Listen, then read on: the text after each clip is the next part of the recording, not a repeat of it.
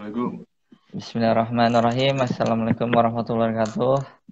Kita mulai acara hari ini dengan lafaz basmalah. Bismillahirrahmanirrahim. Semoga bisa menjadi berkah buat kita bersama. Buat tamu kali ini ada kakanda kita, Mas Hasnan Nandar. S2 Mas ya kalau nggak salah ya. S2 di Ankara. S3. Oh S3 ya maaf Mas. S3 di Ankara. Ya buat waktunya bisa dipersilakan Mas Hasnan. Oh, langsung ini. Udah jam 1 ini. Oh, ya, baik. Nanti Terima kasih. pada nunggu. Assalamualaikum warahmatullahi wabarakatuh. Innal hamdalillah nahmaduhu wa nasta'inuhu wa nastaghfiruh wa na'udzu billahi min shururi anfusina wa min sayyiati a'malina. May yahdihillahu fala mudilla lahu wa may yudlil fala hadiya lahu. Asyhadu an la ilaha illallah wahdahu la syarika lahu wa asyhadu anna Muhammadan abduhu wa rasuluhu la nabiyya ba'dah.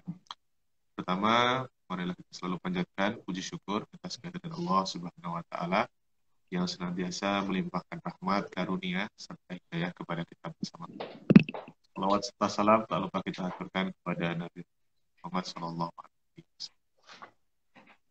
yang saya cintai, ya, Mas Nabil, selaku host pada siang hari ini, dan juga yang saya cintai juga seluruh jamaah yang sudah bergabung pada live Zoom siang hari ini di Turki dan juga di sore hari di waktu bagian Indonesia. Alhamdulillah kita diberikan kesempatan dan kesehatan untuk sama-sama hadir di forum hari ini, ya. Perkenankan saya untuk menyampaikan atau sharing mungkin ya dalam Ya konteks betul. sharing Sharing. beberapa hal ya. Saya mengambil ini ya tema berkaitan dengan amalan di bulan Ramadan. Karena banyak sekali, mungkin diantaranya saya sendiri juga ya, tidak ada satu rutinitas yang baik di bulan Ramadan. Jadi prinsipnya ya sudah mengalir saja, buka sahur, sahur buka, jadi berulang gitu terus tanpa kemudian ada satu rutinitas yang baik. Nah, oleh karena itu mungkin saat inilah ya saya akan berbagi berkaitan dengan satu rutinitas baik yang bisa dilakukan selama bulan Ramadan. Mungkin sebenarnya ini hal-hal yang sudah sering didengarkan, ditemui, bahkan mungkin sudah dilaksanakan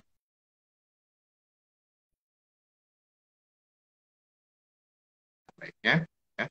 Kalau ada yang belum pernah tahu, ya, bisa sama-sama kita murojaah. Baik, jadi di bulan Ramadan ini saya akan mulai dari start ya, start puasa, yaitu niat. Ya. Jadi saya akan berbicara tentang niat, nanti di akhir sampai kepada tadarus. Ya. Baik. Jadi kalau kita berbicara dengan niat, ini menjadi satu kunci ya, satu kunci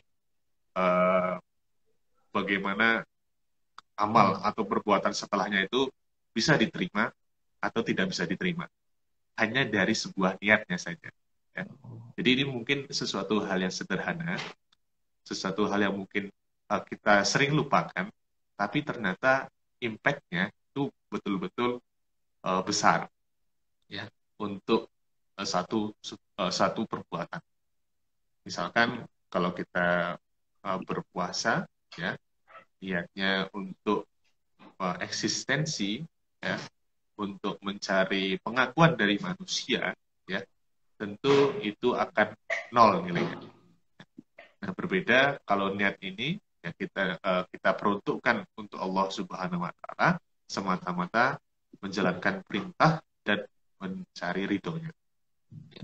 Maka kalau kemudian kita kembalikan ya, kepada sebuah hadis ya, innamal a'malul binniyat wa innamal likulli imrin ma nawa. Faman kanat hijratuhu ilallah wa rasulihi fa hijratuhu ilallah wa rasul. Jadi kalau kita ini konteksnya hijrah ya waktu itu. Kalau kita hijrahnya itu untuk Allah ya, dan Rasulnya, wa hijratuhu, ya maka hijrahnya itu nilainya ya seperti ya sama dengan yang dia niatkan. Tapi berbeda kalau wa man kanat hijratuhu ya lidunya yusibuha, ya niatnya itu niat hijrahnya untuk dunia, ya wa imra'atin yang kibuha, untuk perempuan yang ingin dinikahinya, ya maka ila mahajara ilaih. Jadi hijrahnya itu ya akan sama kan seperti yang dia niat. Nah, kalau kita kontekskan tadi ya dalam bulan Ramadan, kalau niatnya itu hanya mencari ridha Allah karena mematuhi perintahnya, maka itulah yang akan kita dapatkan. Ya. Kemudian kapan sih niat, ya, niat itu diteguhkan dalam hati? Karena kalau kita berbicara niat itu bukan sesuatu hal yang dilisankan. Sama seperti melakukan sholat. Ya. Apa yang disebut dengan niat sholat? Kita bangun dari kasur, kita berjalan ke kamar mandi atau tempat wudhu, kemudian kita wudhu, ya, itu sudah bentuk dari implementasi niat. Kemudian pada akhirnya kita sholat. Kemudian tidak diharuskan dilafazkan, diucapkan. Ya. Karena lagi-lagi apa yang dilisankan itu belum tentu seirama senada dengan yang diniatkan. Maka dalam konteks puasa, niat untuk berpuasa, yang akan berpuasa itu salah satunya adalah dengan makan sahur. Dan makan sahur, ya. Mungkin jauh sebelum kita tidur mempersiapkan makanan yang akan kita santap sahur. Itu juga salah satu dari bentuk niat kita berpuasa. Nah, tetapi ada satu hal yang perlu ditekankan, niat berpuasa Ramadan itu berbeda dengan niat puasa ketika puasa sunnah. Ya. Jadi kalau puasa sunnah, dalam satu hadis juga disebutkan ketika Nabi bertanya kepada istrinya apakah ada makanan pagi hari ini, ya, kemudian menjawablah tidak ada, maka Nabi Muhammad menjawab, kalau begitu aku berpuasa. Ya. Itu di pagi harinya.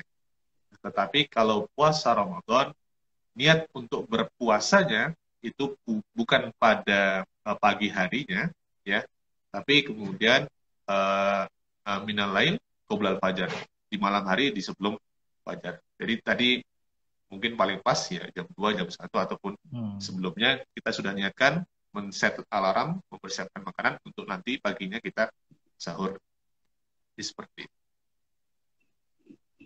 Jadi niatnya sebelum sahur itu Mas ya? Ya, jadi niat kalau jam 2 itu kan sebelum sahur itu. Tuh, niat berpuasanya ya itu sebelum fajar di malam hari. Bukan nanti kita tidur ya pagi hari, wah ini nggak ada makanan nih, puasa aja. Nah kalau Ramadan nggak bisa. Kalau Ramadan minal lail qoblal fajar, ya di malam hari sebelum waktu fajar. Ini kita dialog atau ngomong terus ini Mas Nabil? Ya kita kan sering talk aja ini, saling ngobrol aja. Tapi kalau di tempat saya Mas, di Jakarta itu di dekat rumah saya, masjid dekat rumah saya, dia biasanya habis taraweh yang imamnya baca niat itu dizahirin itu. Mungkin maksudnya buat itu kali ya. Jadi kan sebelum puasa besoknya setelah taraweh dizahirkan gitu, baca nama itu Soma Godin anadain Ramadana hadisanatil lillahi ta'ala.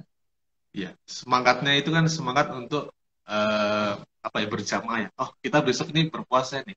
Mungkin kita membangunkan suasana semangat ya. Kemudian dilafazkan, diperbarengkan, ya itu tidak menjadi soal. Tapi yang menjadi soal ketika tidak mengucapkan nawaitu shauma ghadin, puasanya tidak sah, tidak seperti itu. Enggak juga berarti. Jadi tergantung bagaimana kita meyakini apakah nawaitu shauma ghadin yang dilafazkan itu berpengaruh kepada sah tidaknya puasa kita. Ya. Kalau kemudian kita pahami sebagai sebuah niat adalah adanya keinginan, adanya iktikat untuk melakukan sesuatu hal, maka tidak dijadikan kewajiban melafazkannya, tidak dijadikan